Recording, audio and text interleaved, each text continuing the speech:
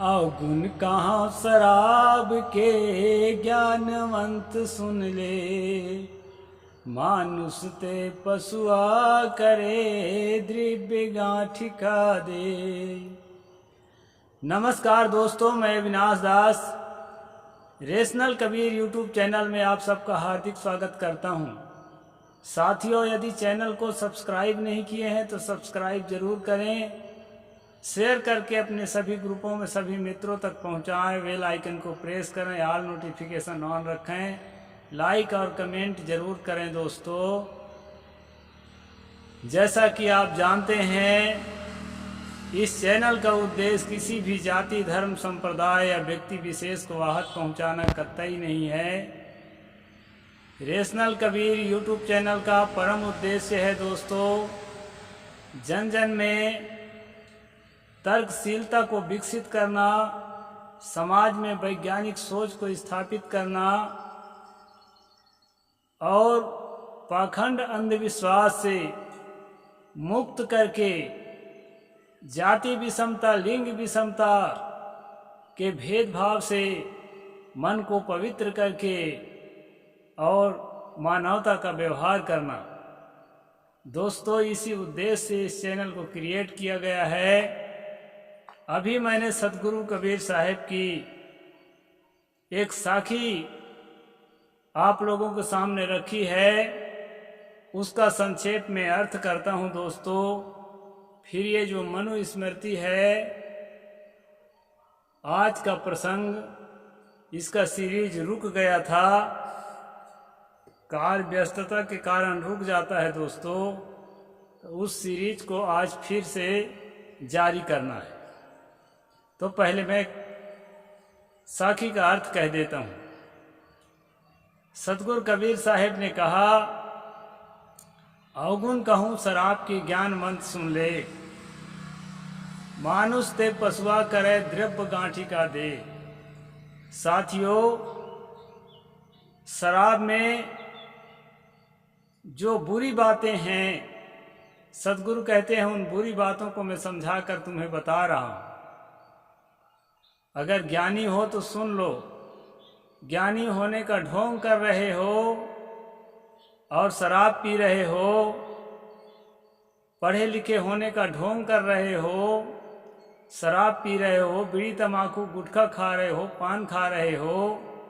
सतगुरु ने तो गुटखा तम्बाकू पान पर भी, गुटखा तो उस समय नहीं चलता था, लेकिन पान तम्बाकू चलता था दोस्तों, तो उस पर भी उन्होंने काफी क्लास लगाया है।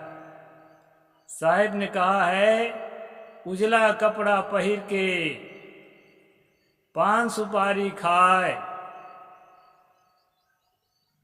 और आगे कहते हैं, एक गुरु के ज्ञान बिन बांधा जमपुर जाए।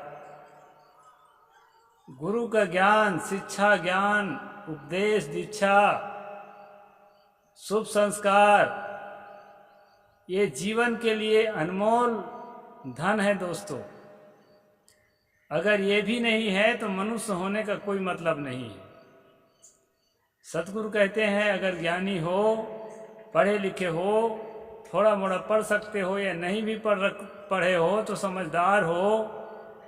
कई लोग पढ़े लिखे नहीं होते लेकिन बहुत तेज तर्रार दिमाग के समझदार होते हैं। आप जानते हैं, हमारे छत्तीसगढ़ में कवासी लखमा एक नेता है कांग्रेसी, वो कितना तेज दिमाग का आदमी है। पढ़ा लिखा नहीं है कहते हैं, चाहे 2-4 क्लास पढ़ा भी हो, लेकिन हिंदी शब्द, अंग्रेजी शब्द समझता है, मंत्री रह चुका है और हर बार जो है विधानसभा जीतता है। इस साल तो लोकसभा के लिए भी अभी उम्मीदवार के रूप में खड़ा हुआ है। तो खास बात मेरा राजनीति का नहीं है, लेकिन एक उदाहरण दे रहा हूं कि नहीं पढ़े लिखे होने के बावजूद भी किसी किसी में जनरल जो ज्ञान है बहुत होता है। तो साथियों, ये ज्ञान अपने आप नहीं आता है। खुल के जब समाज में हम जीवन जीते हैं, खुल के समाज के साथ रहते हैं, तो समाज से ही सारी जानकारियाँ इकट्ठी होती है और अनुभव इकट्ठा होता है। तरह तरह की बातों को देखते हैं, तरह तरह की घटनाओं को देखते हैं, उनके परिणामों को देखते हैं तो हमको ज्ञान होता है। सद्गुरु ने कहा ज्ञानवंत सुन लो। जो ज्ञानवंत है, जो अनुभवशील है, जो मानवीय संवेदना को समझता है, वो मेरी बात को सुन ले। क्या सुन ले? अवगुण कहूँ शराब की। जो शराब है, जो नशीली चीज़ें हैं, उसके अवगुण मैं बता रहा हूँ। सद्गुरु कहते हैं मानुष ते पशुआ करे और द्रव्य गांठ का दे। किसी आदमी को अगर कहो तुम पैसा दो, तुमको हम पशु बना देंगे, लेकिन भाई पशु बनाएंगे तुमको तो पैसा लगेगा, बिना पैसा के हम नहीं बनाएंगे। तो सोच गए कैसे पागल आदमी है, पैसा भी लेगा और बढ़िया मनुष्य शरीर जी रहा हूं आनंद से, कितना मौज मस्ती से उसको पशु बनाएगा। लेकिन दोस्तों, एक शराब पीने वाला आदमी, एक नशाखोरी करने वाला आदमी यही काम करता है। उससे पैसा लिया जाता है, भट्टी वाले पैसा ले लेते हैं और पैसा लेने के बाद क्या करते हैं, उसको पशु बना देते हैं। आदमी की तरह उसका जीवन नहीं बचता, पशु की तरह हो जाता है और द्रव्य का पैसा भी लगता है। साथियों, नशाखोरी करने से धर्म की हानि है, चरित्र की हानि है, स्वास्थ्य की हानि है, पैसा की हानि है, प्रतिष्ठा की हानि है। कुल मिलाकर के पूरे सर्वनाश का कारण है नशा। इसलिए नशा से हमें बचना चाहिए। हमें ग्रंथों का हवाला नहीं देना चाहिए। कुछ लोग ग्रंथों का हवाला देकर के बचना चाहते हैं कि देखो हमारे भगवान लोग, हमारे माता लोग, हमारे भगवानों के पत्नियां जो है शराब पीती थी, भगवान पीते थे, हम क्यों नहीं पिएंगे। ऐसे करके दोस्तों लोग बचना चाहते हैं। एक बार तो एक पंडित महाराज जो है मेरे से कहा कि राम जी और सीता जी शराब पीते थे, मांस खाते थे, तो हम क्यों नहीं खाएंगे। आप कबीर के अनुयायी हो तो आप मत खाओ, हम तो राम के अनुयायी हैं, हम क्यों नहीं खाएंगे। और साथियों, उसने हवाला दिया, वाल्मीकि रामायण का हवाला दिया, मुझे खोल करके दिखाया गीता प्रेस के वाल्मीकि रामायण, और उसका अर्थ समझाया। और हिंदी में उसका अर्थ लिखा हुआ भी है, लेकिन उसमें दूसरा तरफ टाइप का अर्थ है, लेकिन वो जो है सही अर्थ बताया। तो मैं उसको भी आपको दिखा देता हूँ। ये गीता प्रेस का रामायण है दोस्तों, वाल्मीकि रामायण। ये भाग 2 है। तो इसमें क्या कहता है लेखक, आपको मैं दिखा देता हूँ। सीता मादाय हस्तेन मधुमैरेयकं शुचि पाययामास काकुत्स्थः सचीमिव पुरंदरः। ये जो है उत्तरकांड के 42वां सर्ग में श्लोक नंबर 18 है दोस्तों। उत्तरकांड सर्ग नंबर 42 और श्लोक नंबर 18। इसमें ये बताया गया है कि जैसे देवराज इंद्र अपने पत्नी सची को मैरे नामक, मैरे मतलब एक वीआईपी शराब, जो लग्जरी जीवन जीने वाले लोग पीते हैं, महंगा वाला शराब, वो शराब जो है जो राजे रजवाड़े पीते हैं, उसको मैरेकम मधु कहा जाता है संस्कृत में। तो इस प्रकार के मैरेकम मधु जो है राम जी सीता जी को पिला रहे हैं अपने हाथ से, जैसे इंद्र अपने पत्नी सची को पिलाया करते थे। ऐसे करके उदाहरण यहाँ पर वाल्मीकि ने दिया है दोस्तों। और आगे कहा है मांसानि चा सुमिष्ठानि फलानि विविधानि चा रामस्याभ्याहार्थम किंकरास्तूर्महारम। फिर नौकर लोग जो है तरह तरह के भांति भांति के मांस पका करके ला करके अब जो शराब पिएगा तो मांस खाना जरूरी होता है।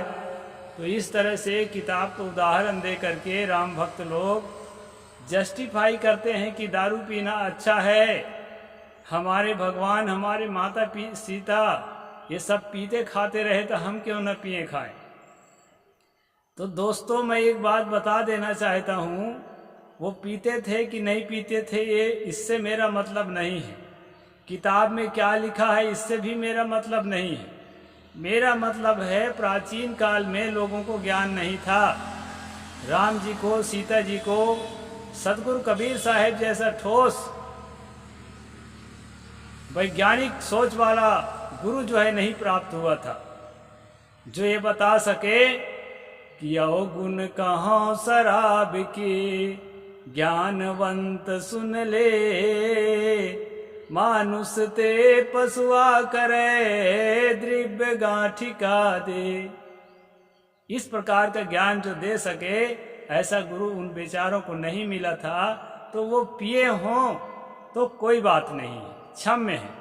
अनजान में जिसको ज्ञान नहीं रहता है वो कैसा भी पीता है, खाता है, लेकिन जो ज्ञान होने के बाद, समझ होने के बाद हम लोग चिल्ला रहे हैं, समाज को जगा रहे हैं, इसके बाद भी आप लोग खाते पीते हैं, तो ये गलत है। इसके लिए सतगुरु ने कहा है, समझ बूझ जो कपट करत है, तेही असमंद न कोई, कहें कबीर तेही मूल को भला कौन विद हो।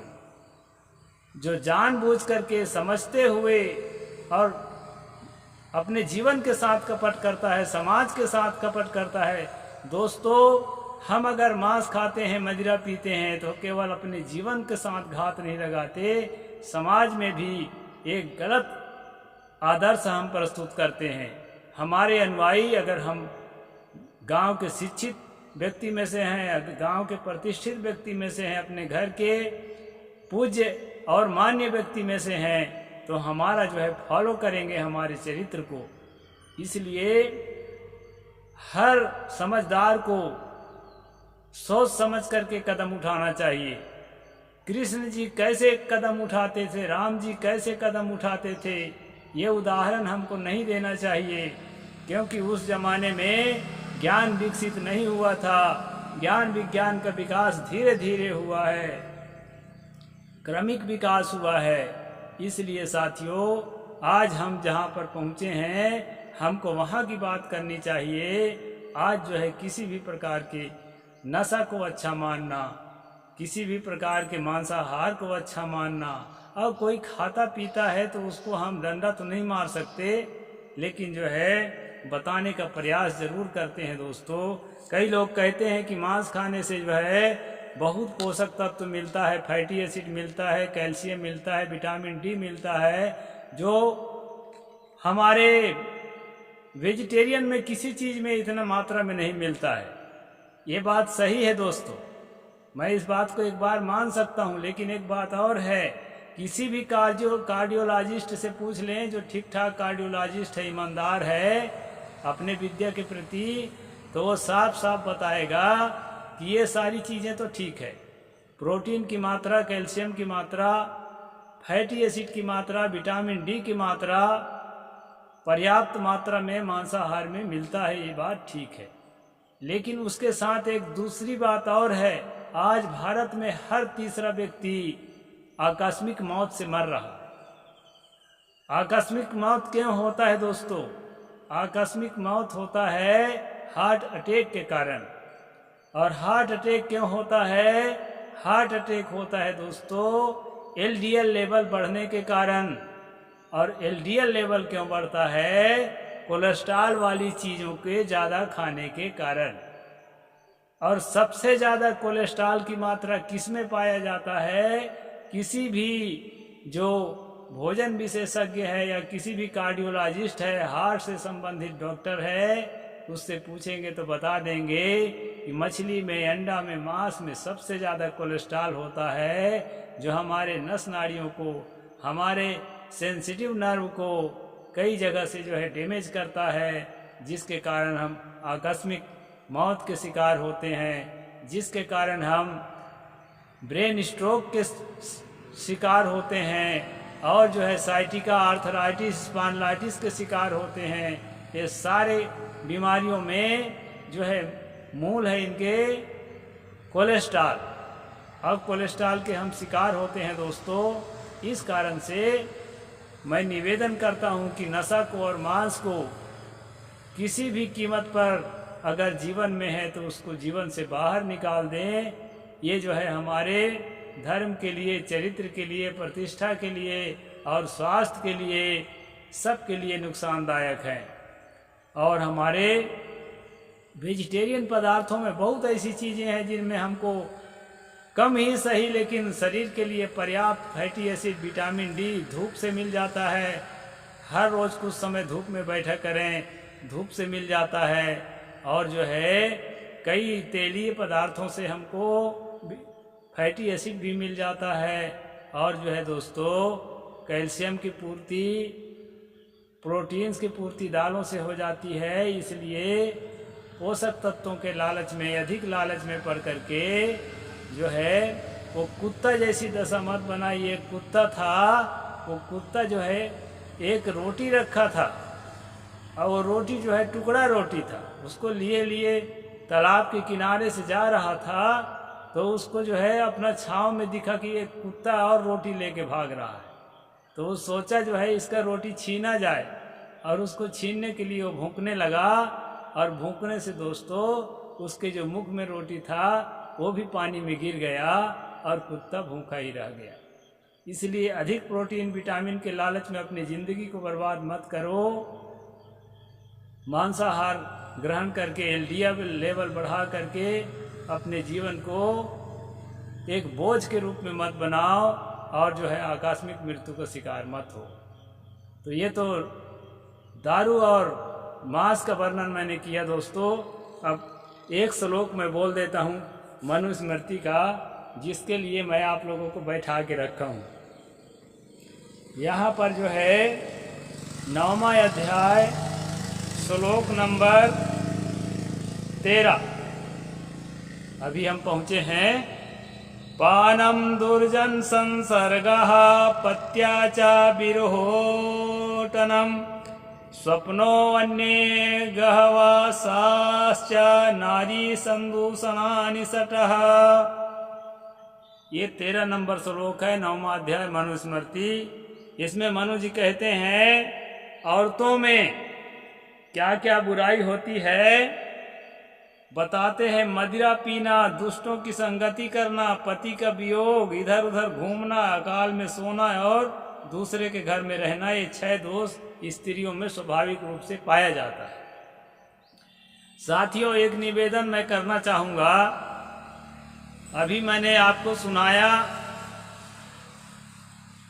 ये वाल्मीकि रामायण से कि पति जो है वो भी भगवान कहाने वाला पति स्वयं अपने हाथों से अपने पत्नी को महंगा वाला जो है स्पेशल शराब पिलाते हुए दिखाया गया है।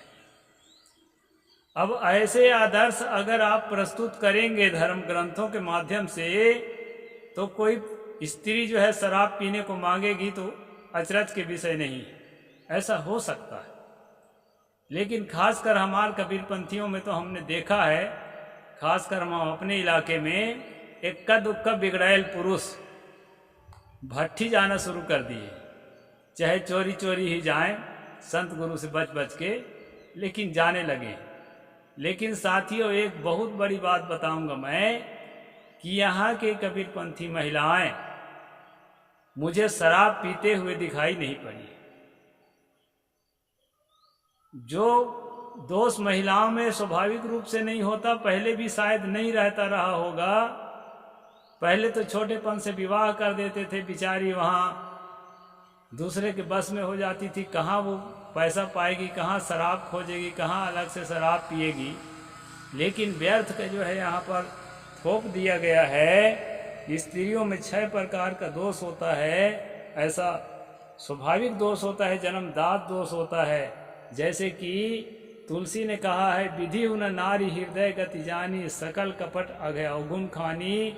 कि ब्रह्मा भी, विधाता भी औरत के हृदय की बुराइयों को, उसके गति को नहीं समझ पाया क्योंकि दुनिया में जितना कपट है, और अघ का मतलब पाप, दुनिया में जितना पाप है और दुनिया में जितना अवगुण है वो सब स्त्री के अंदर पाया जाता है। ऐसा जो रामचरितमानस के लेखक ने लिख दिया है।